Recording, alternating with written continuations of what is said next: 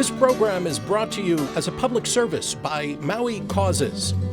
Maui Causes is a crowd-funded media production group that provides media production services to a variety of environmental and progressive causes here in Maui County. Visit us on the web at www.mauicauses.org. Welcome to another edition of Maui Causes and the Citizens Initiative television show here on Akaku. Eternal thanks to Akaku for its very existence, because it gives voice to our community in a way that just does not happen anywhere else. Nowhere else will you hear the opinions of this show, which, by the way, are the opinions of the producer, me, myself, and Todd Swant, Sleepy John in the studio, and with a hand from Ed today as well. These notions, what we discuss here are not necessarily popular opinions in the media here, because media here, like media nationwide, is controlled by business interests. And you are experiencing a cluster bomb, going off in the politics on the mainland because of the money that is involved. And I submit to you that Hawaii is no different from that aspect. In fact, probably even worse. Our center of power here in Hawaii is extraordinarily consolidated through the plantation system takeover of these islands, further consolidated by military during World War II, and then basically turned over to a handful of corporations that are no longer even locally controlled. These are international conglomerates that are controlled by forces in the Far East. They're controlled by forces in Canada, and it's not your interests that they have in mind when they run their businesses. It is profits. And, that's by law. A corporation has, by law, its first responsibility to its shareholders. And so they really are not allowed to consider your best interests. They're only interested in profits. And our system has been so far removed from the public's control that we are not in power in this state. Hawaii, quite different, I think, than other states in the United States. Because of this consolidation of power. It's an extraordinary thing. And our entire political system is hugely corrupted by this concentration of power. You're seeing it on Oahu, where it's just a stalemate. There's just so much corruption going on that nothing of value is getting done for the people. And Maui County is no different. The level of corruption is extraordinarily high here. We saw it 2 years ago with elected officials publicly lying, knowingly fabricating stories about the genetic modified crops and the GM moratorium that eventually did pass. You did come out and vote as a public, and you did approve a genetic moratorium to study whether your children and you living downwind from Monsanto's fields are at risk by the unique practices as they are done in our fields, as they are done upwind from where you live. It's a unique thing taking place nowhere else in the world, and it is not regulated. It's not. The regulations that are in place have been constructed by Monsanto. And so they know where the loopholes are because they built the loopholes. And so the state really has no authority over what is really going on in those fields. And the GM moratorium, your county council sold you out and your mayor sold you out. They sided with the corporation. They sided with Monsanto and engaged in a lawsuit to stop and block your vote. How outrageous is that? To have your elected officials go to court to sue you and take away your rights. This is what I'm talking about. This doesn't go on this way, to this extent on the mainland. It goes on here in Maui County because they can. It's very simple. They have been allowed to do this kind of stuff. And by virtue of the times we live in, we now have an opportunity to actually change the game and take that power and authority away from these corporate interests, away from these moneyed people that are exploiting you and the land. They are creating a framework where your children cannot afford to live in these islands. How many of you are losing your kids? They have to go to the mainland to be able to make a life for themselves. Well, that's because of the profits that the corporations are raping out of these islands. And something started 2 years ago in that GM moratorium. It took the genetically modified issue and it took the pesticide issue, because no genetically modified crop is without pesticide use. It's not just about GMOs. That's how the law was hinged. But associated pesticide use, open field experimentation is taking place upwind from where you live. You and your children are exposed to it daily from Monsanto, a company, my God, it's just insane how much control that company is asserting. And it's a global fight to take away that authority. We have an opportunity here on the ground in Maui County to strip them of some of their control. And believe me, they are quite interested in keeping the control because they understand how much of a domino effect that could have if they lose authority here in Maui County. They went on record as spending $8 million, the largest amount of money ever spent in any local initiative in the history of the United States. Another way that you can see why extraordinary Maui County politics are.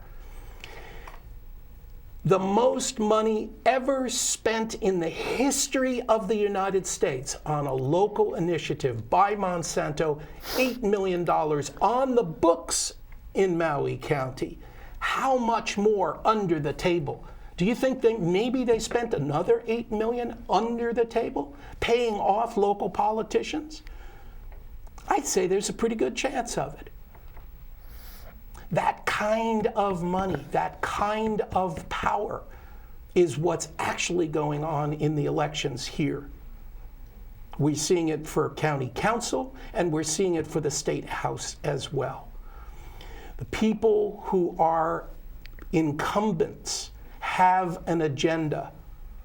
They have power. And they will do everything to keep that power. It's our job to shake things up. And that's what this show is dedicated for. We've been talking on a lot of the shows about the county council, and we're going to talk this show about one of the House races. Because it's of equal importance. Who represents your interests on Oahu is very, very important. Kaniela Ing has been doing a fabulous job in his seat. Other people, not so much. You know, one of our incumbents for the House in the 13th District was appointed to her position. So really has never been, ratified by the public. She was appointed by the governor. You don't get appointed to a position like that because you have independent thoughts. You get appointed to a position like that because you toe the line of what the power elite wants. And that's what happened on Molokai in the 13th District. She's a favorite daughter over there, and I understand. But the seat is not just Molokai. It's broader than that. That district includes Lanai. That district includes Molokini, Kaho'olawe, and it includes East Maui, and parts of, I guess it comes Kainai and all the way out to Hana. That's a very broad district and deserves independent representation. Molokai has its own issues of water. Lanai has issues of water that are deeply important, and your best interests need to be served there.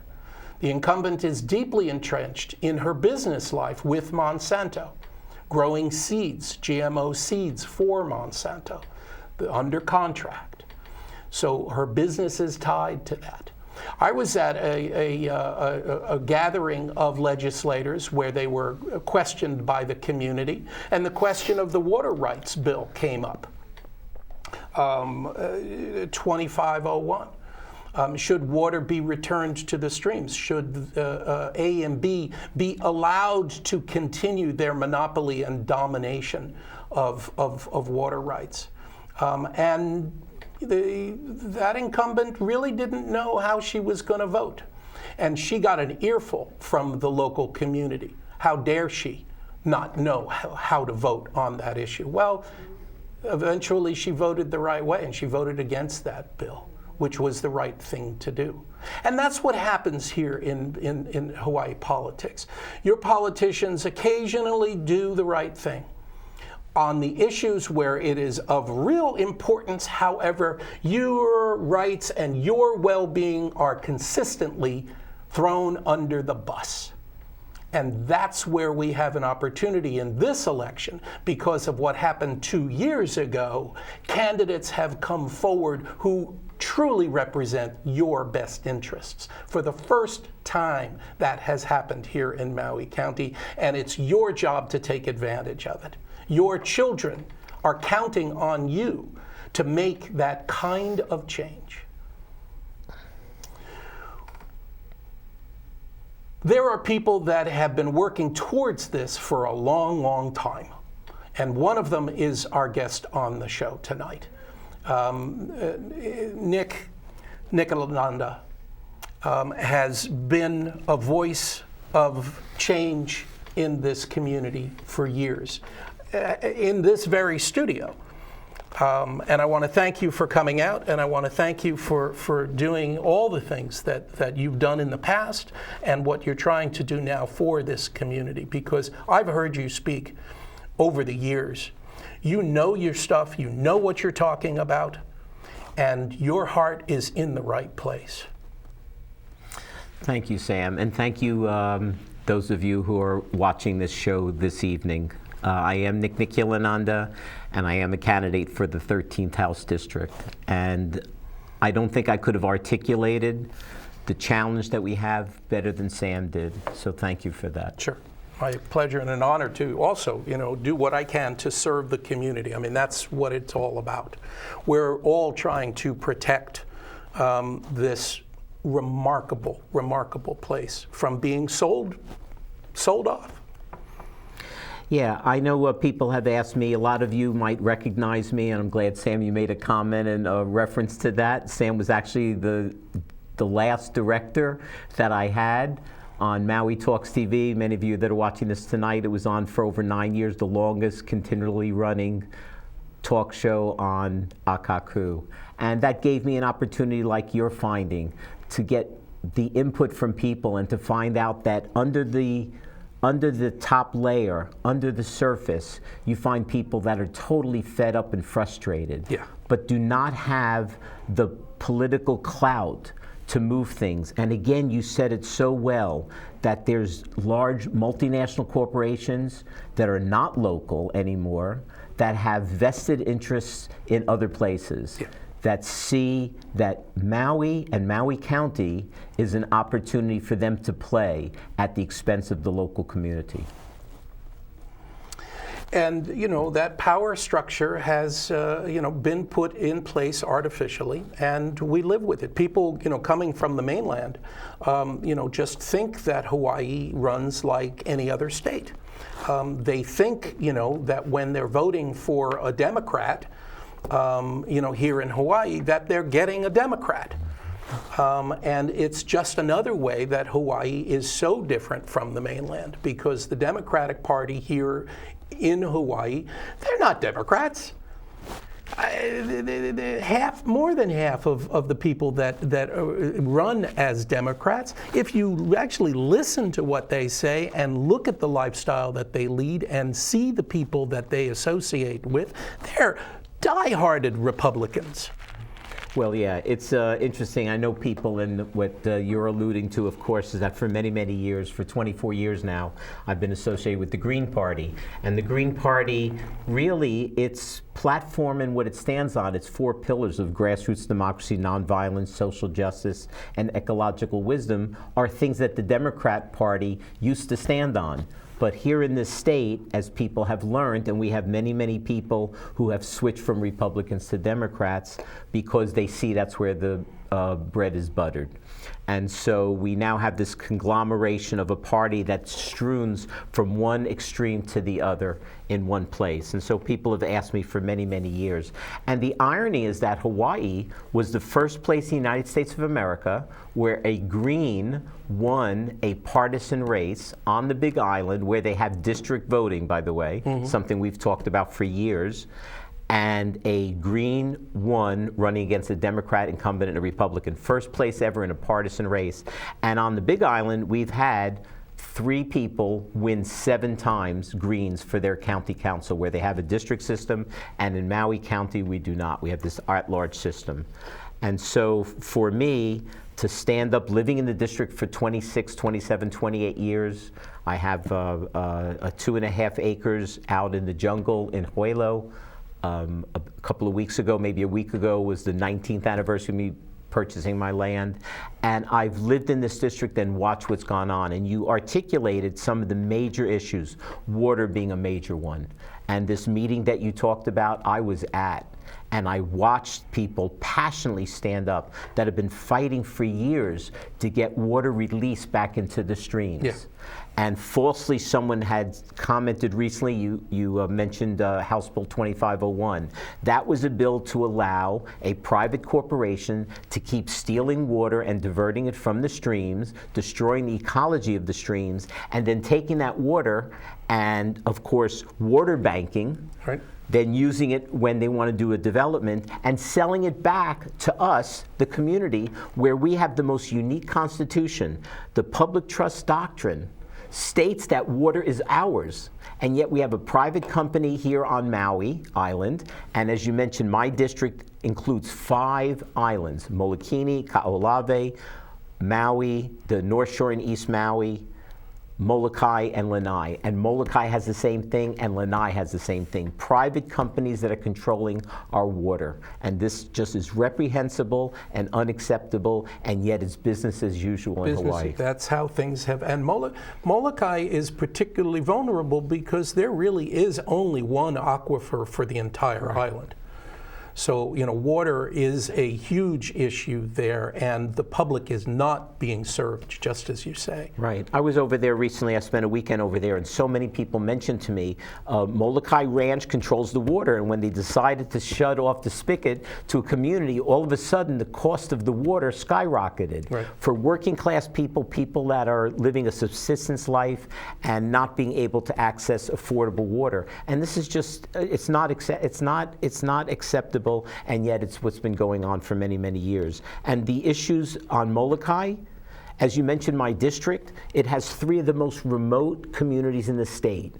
And yet the Reapportionment Commission, it wasn't the legislature, they have set up a Reapportionment Commission, which is generally good, not that the legislature has the control of redistricting, but this redistricting is still controlled by the powers that be. Right. And so they took 3 remote communities and put it in one district: Molokai, Lanai, and then the North Shore, which is Paia, Haiku, Hana, out to Kaupo. And there's other ways that it could be done.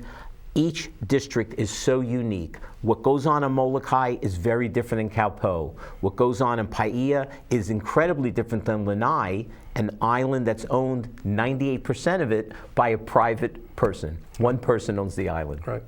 And that's a very, very diverse district to be dealing with. I mean, it's the only district that bridges across different actual What they islands. call it is the canoe district, to make reference to the Hawaiians and the canoes. And at one point, where I live in East Maui, North Shore East Maui, we were tied to Kauai. So that area for years by the state legislature has been a stepchild, not given its a full worth as other districts. All other 50 state legislators live on an island, they cover an island. Right. And this district has to go to 3 different places.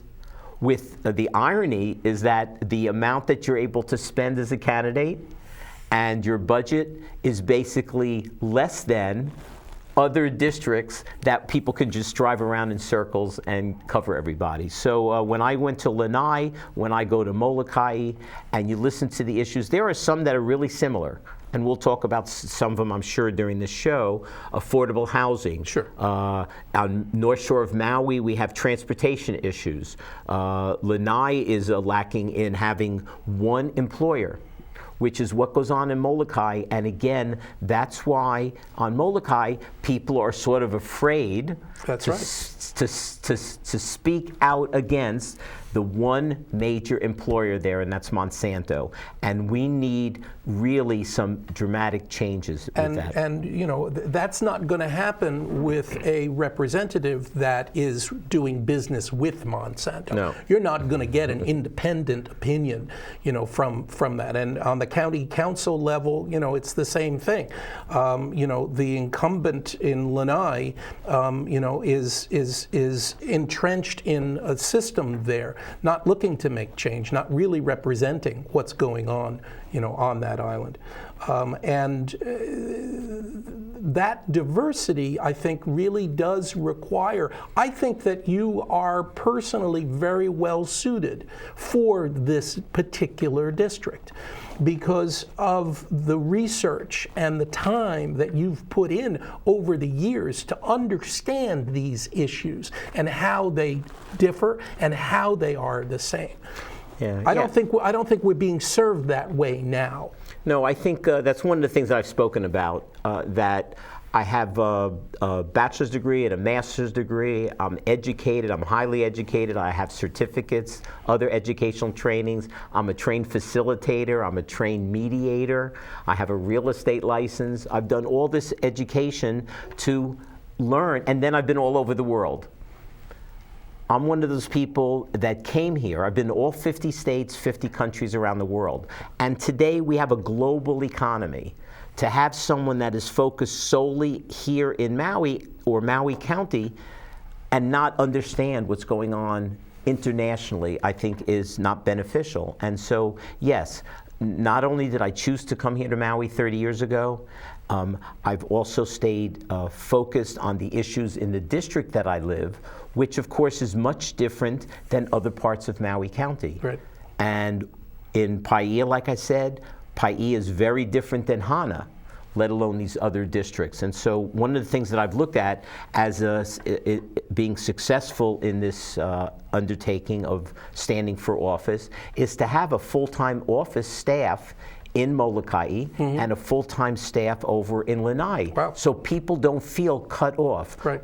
You mentioned Connie Elaing, and I want to give him a shout out too, because he has pushed the concept of having remote testimony. Yes. So that someone from Lanai doesn't have to fly over to Oahu. How exclusionary was that for years, for decades? People weren't able to give testimony in the county council without having to take the boat or fly over here from another island. Right, exactly. So I really I commend him for that. It's something that I had to change in my platform. I wanted to institute remote testimony, and then when it went into effect, I had to change it to expand remote testimony. Well, it's nice that there's a phone hookup, there's an audio hookup, Correct. And you know, a kaku is a perfect example right. of how, you know, technology can work for the community. There is no real reason that also cannot be a video feed. Correct.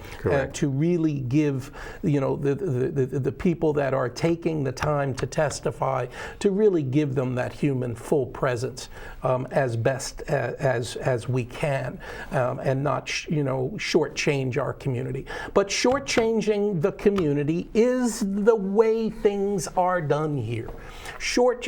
I always refer back to here driving around Maui.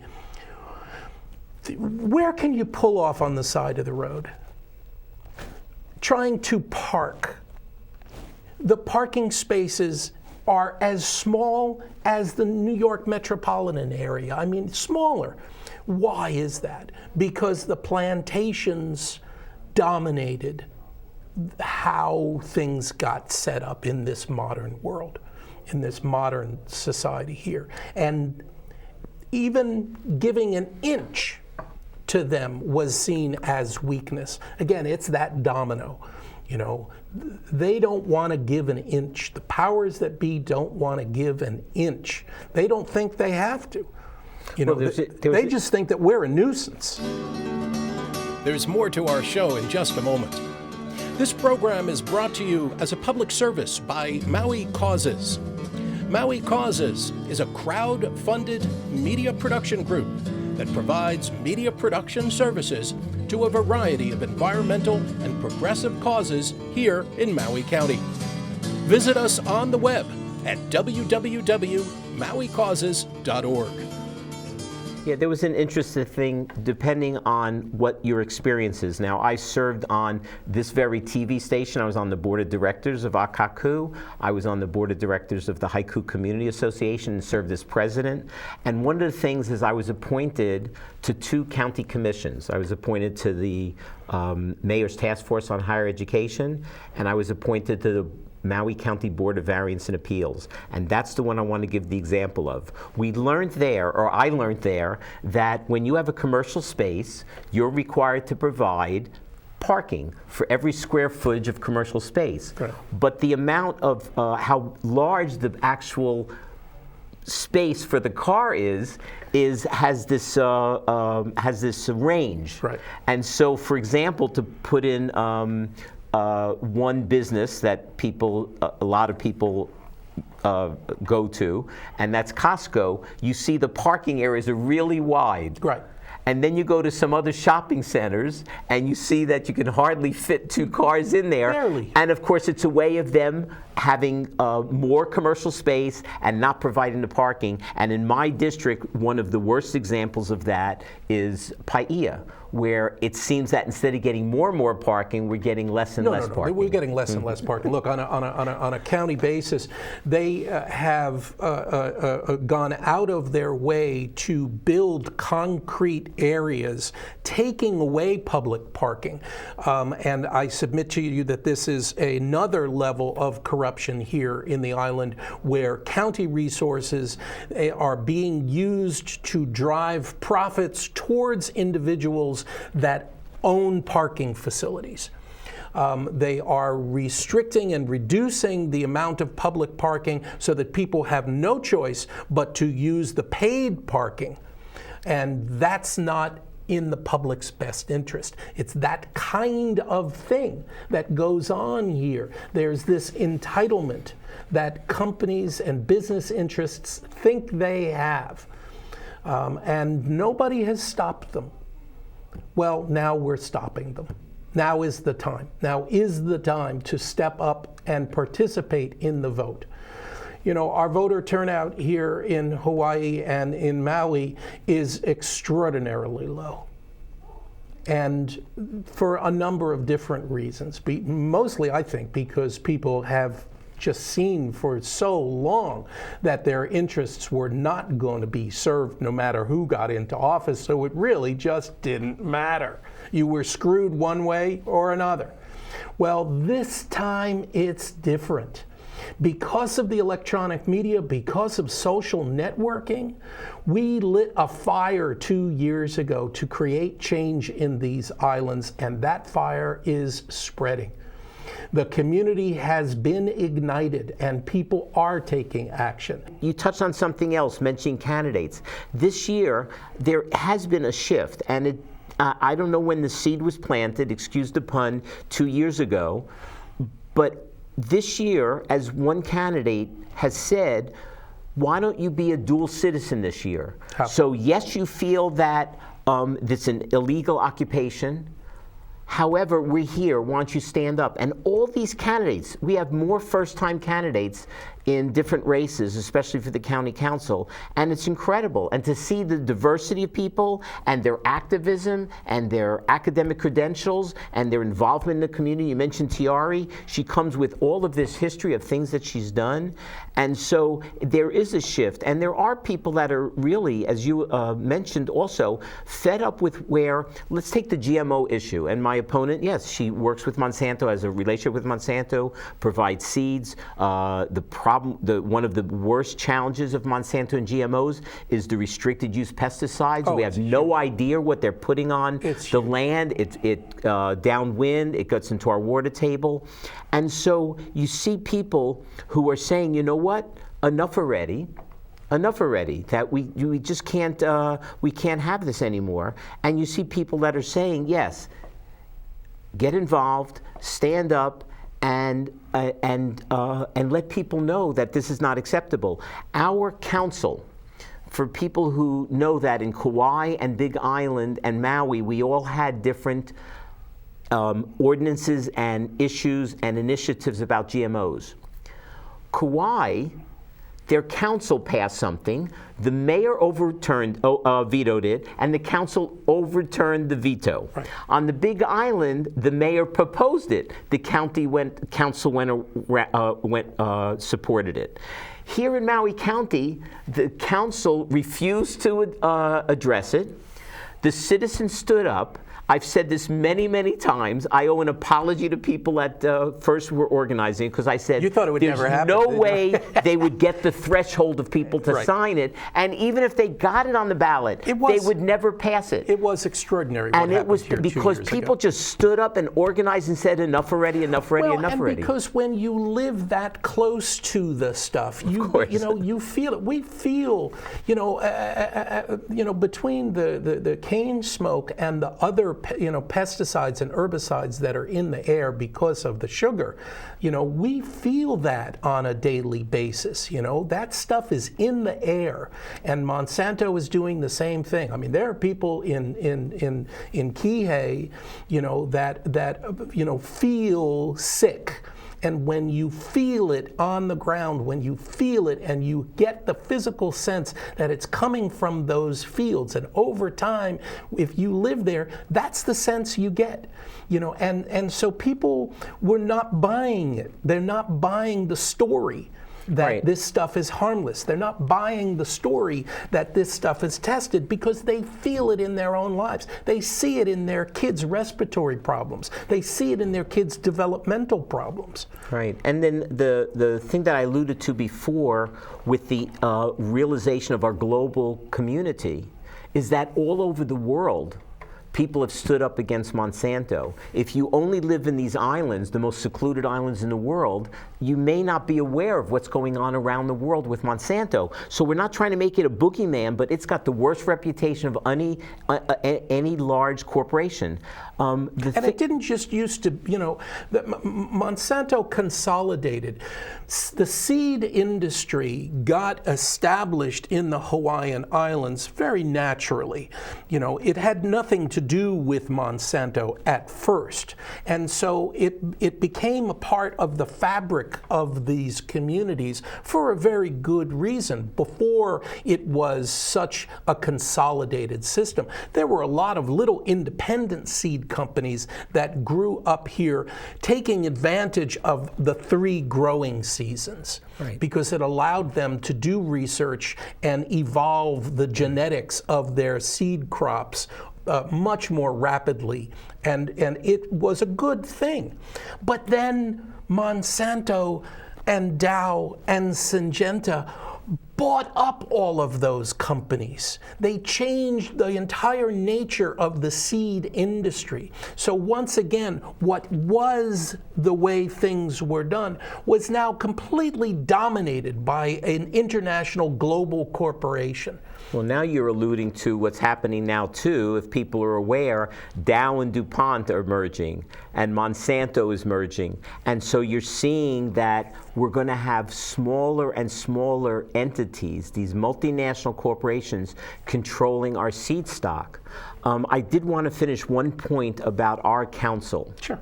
And that was that our council not only did not defend the initiative when it passed, but they then filed suit against the citizens. And if you look at it, it's one of those things that you can't, how can you grab a hold of that?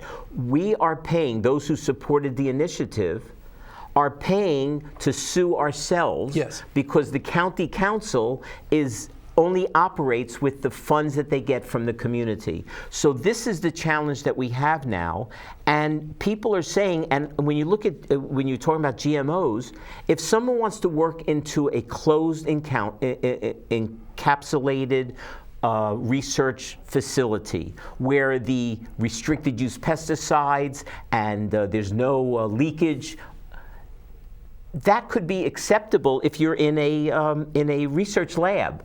But they're using us. Open fields. Open field, and when we say we want to know, so you have sort of two issues. Labeling GMOs, and you see more and more organic stuff on non-GMO labels, but also people want to know what's being sprayed and what is in there. And they are, with their billions of dollars, their high-priced lawyers, we have this sort of a swinging door with regulatory agencies. People that work for these corporations then go and they're supposed to oversee them. And so there's something that, and then you actually said it before, the research that's done is funded by the very companies that are pushing this. So you do everything you can to raise the awareness of people. And in our district, the reason why it's so big is because we have in our district, Molokai being one of the parts, a major part of the 13th district, where it's really impacting people. Yeah, it is. And so that's why it becomes, we have the water issue, the East Maui water, as we've talked about. There's issues that are affecting this district, and the challenge that we have is to really, as you said, have someone who is not tied to a company, corporation, business entity that benefits from what is going on that might be detrimental to the people. Right. And I've talked about, just real quickly, I've talked about accountability, sustainability, and transparency as being three of the most important things in what I have been pushing for myself and letting people know about. Some of the business interests are mutually exclusive. There are turf wars that take place, and elected officials are aligned with different corporations, and they have different agendas, and they don't align with one another. That's part of what is so paralyzing here on the county level, in the county council and through the mayor's office, is that they don't agree on anything because they're all serving different masters. They're not serving the people. If they were serving the people, their decisions, their choices would coalesce. They'd align with one another. But they're not serving the people. They're serving their own special interests, their own backers. And so they fight amongst themselves, and nothing of any substance gets done. And that's what's so unique about the current environment, in the current campaigns, because never before have there been so many candidates that expressly are doing what they're doing because they're looking to serve the people's best interests with the environment in view, with the environment in mind. You mentioned the public trust doctrine, and that is huge. It is one of the other extraordinarily differences between Hawaii and the states, the other states in America, because Hawaii, by virtue of the intelligence and the forethought of the Kanaka, inserted into the Hawaii state constitution specific protections for the environment and charged the people and the government with protecting the environment for future generations.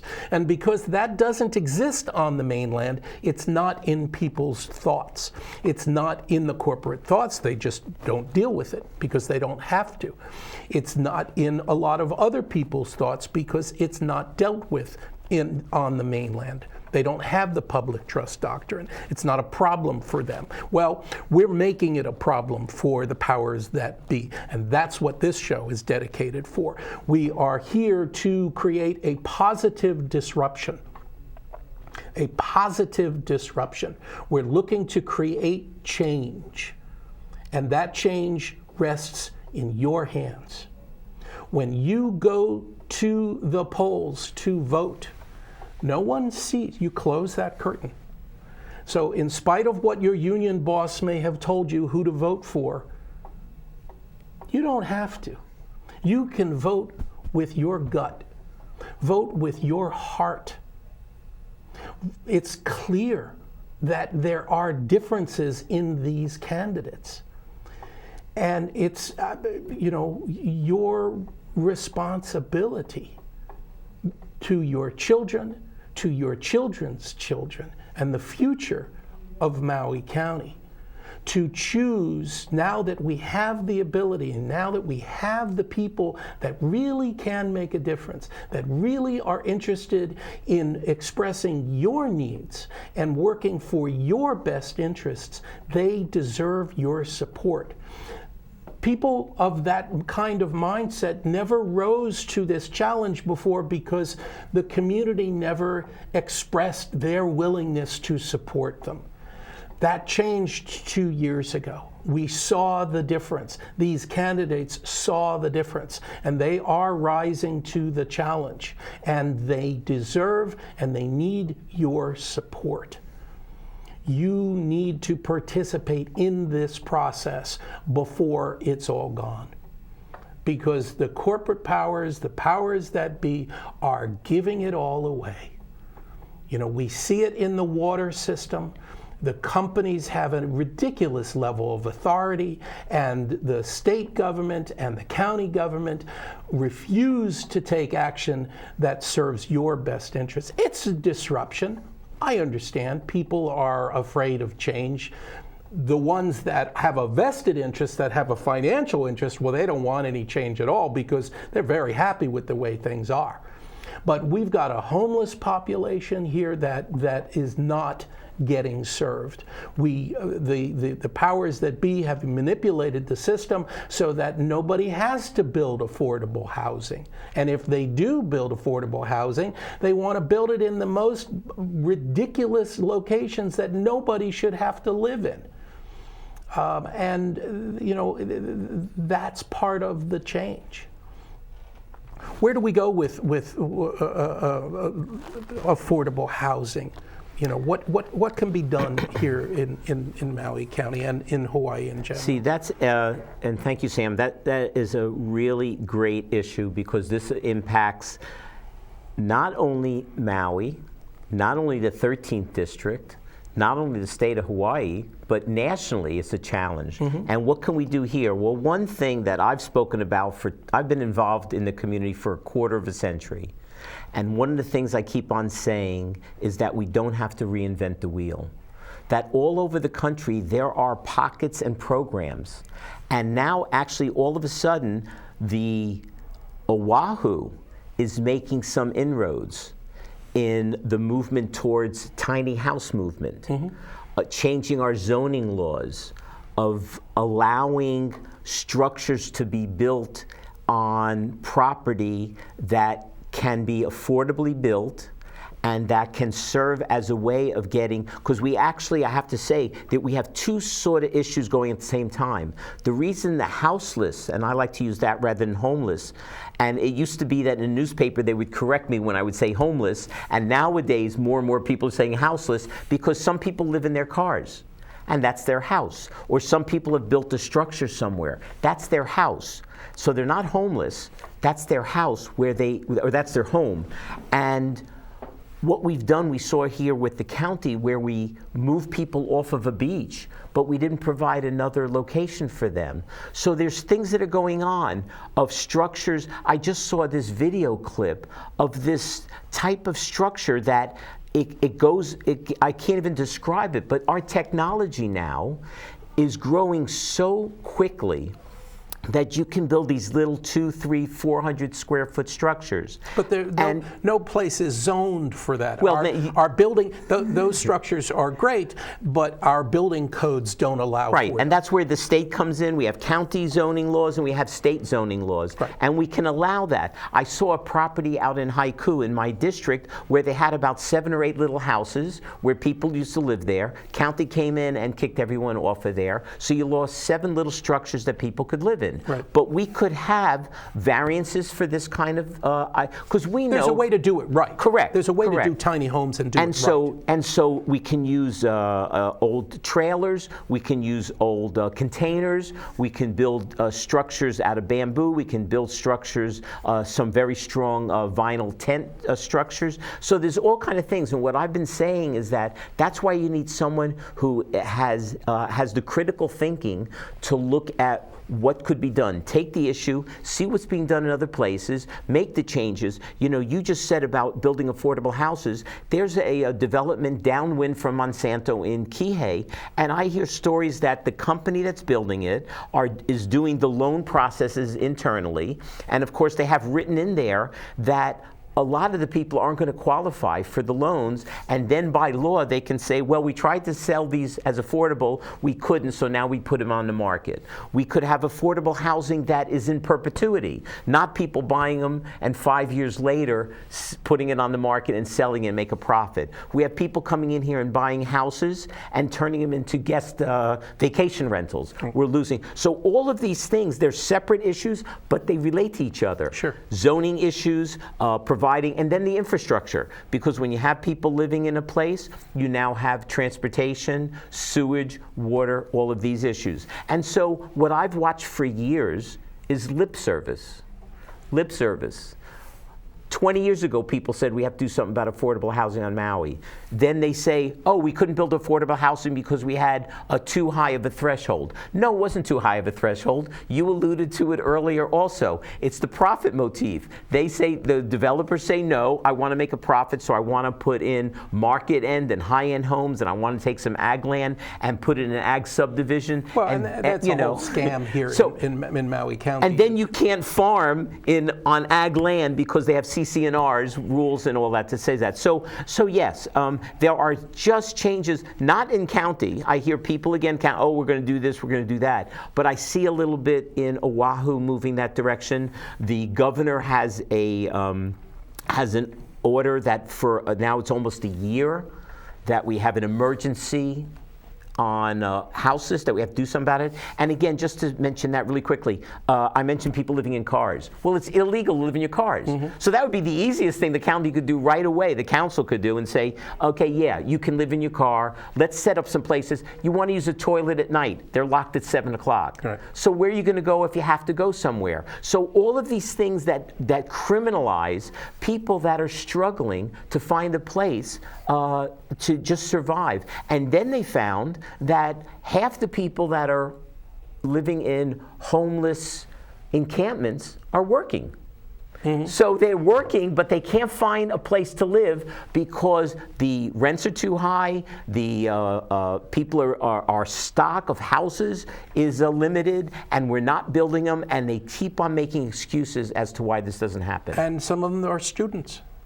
They're not just working; they're also going to school. Correct. And Correct. can't, they're spending their money trying to better their lives and can't afford to live. Correct. So on the state level, since this is, it's the state house that you're running for.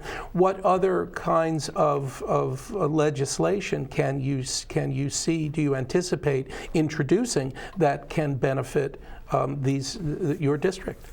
Well, there's a couple of things I see. I'm going to answer this on the side a little bit, because you mentioned about the low percentage of voting that we have, mm-hmm. and there's other kind of that are pieces of legislation that just assist the community in a way like having remote testimony, having a different voting system where we have either ranked choice or instant runoff voting. So when people go to the polls, they're not limited to, oh, I have to choose this one or choose that one. No, this would be my favorite candidate. This would be my second choice if my favorite candidate doesn't get in. People that are standing for office, I was listening today, how much money some of the candidates are spending. They're worried because they had to take out loans.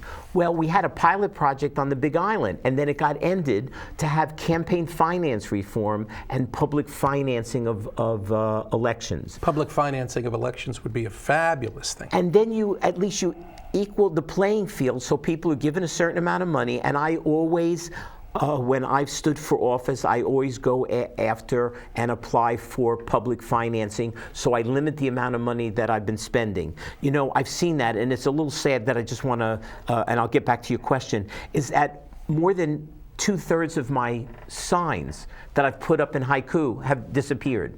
And I just can't keep on buying new signs, putting in money, putting them up, and they're all on private property. They're all not on a fence that I don't know who it is.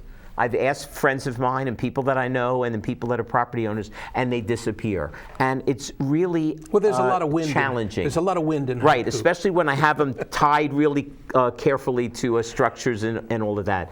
But in our district, you know, for example, the ferry from Lahaina to Molokai, they want to go out of bit. They want to cease operations, and that's going to affect a whole huge cross section of people, from students, sporting teams, farmers, etc. So every public transportation system, we mostly think of buses, are subsidized by the community. Our bus system here in Maui, and let me mention the Oahu bus system, that wins awards every year, and it's subsidized by state and county, city and county of Honolulu, subsidizes it.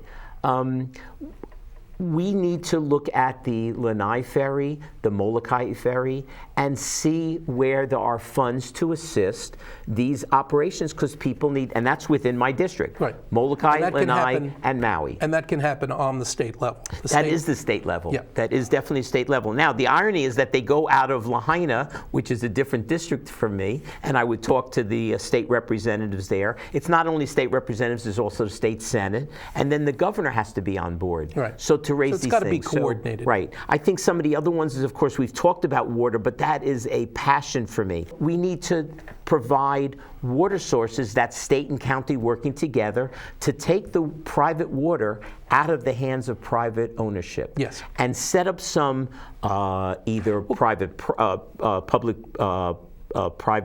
public partnership, say that 17 times, or a semi-autonomous governmental entity to provide water. The other thing that I see people talking a lot about is our land and our ag land and food sovereignty and food security. It's just unbelievable that we import 90%, the figure is of our food. It is. It's insane. And so that's something that's criminal. because there's a lot of farming areas and ag land in my district. Sure. We need to push that and support that and get people who are in need of assistance because that's going to feed everybody. And we keep on importing all of our food stuff. Energy self-sufficiency. Out where I am, there many people are on water catchment. And the county in particular has rules and regulations that you can't tap into the water meter if you have water catchment, and I'm making it very simplistic as long as the two systems are separate, but it gets people that they're living on water catchment, and we need to encourage that we need to save as much water and reuse it. So another issue, and I talk about being a visionary, 20 years ago I talked about using gray water. And I know we're talking about a state seat, but our county is appealing a finding by the Environmental Protection Agency that we've been polluting by having these injection wells. And if our county officials really were serving the people, they would take that money for the lawsuit and stop doing the injection wells and bring up to speed and accept the fact that we blew it. We shouldn't have been doing this. So those are the kind of things. That's that's the level of arrogance. That those lawsuits I just convinced are job security for corporate counsel, and I think that at this point corporate counsel is running this county, not the mayor and not the county council. We've got a lawyer that is running this county. What he says goes. Nick, I want to thank you very much again for all the things that you're doing. We are lucky to have somebody like you that has the dedication to really study these issues and really get to know and have an understanding of the differences in this region. Again, the 13th district is a very, very unique district in that it does bridge over all of these island territories. And it bridges diverse communities that have different needs, similar in texture, but the specificity is different. And it takes somebody that has a high-level global perspective to be able to understand all these chess pieces and how to work the system back so that it serves the people. So thank you for your candidacy, thank you for your past service, and thank you for everything that you're going to do once you reach the State House representing the 13th District. Thank you, Sam. Thank you for this opportunity. I appreciate it. Sure. Thank you. And thank you all for watching our show. We come to you weekly to try and bring you ideas and information as accurate as we can that you're not going to hear in other places. So check us out on the web. Support us if you want. It helps if you can. We'd appreciate it. And join us again next week. We'll be back with another show of Maui Causes and the Citizens Initiative. Aloha. This program is brought to you as a public service by Maui Causes. Maui Causes is a crowd-funded media production group that provides media production services to a variety of environmental and progressive causes here in Maui County. Visit us on the web at www.mauicauses.org.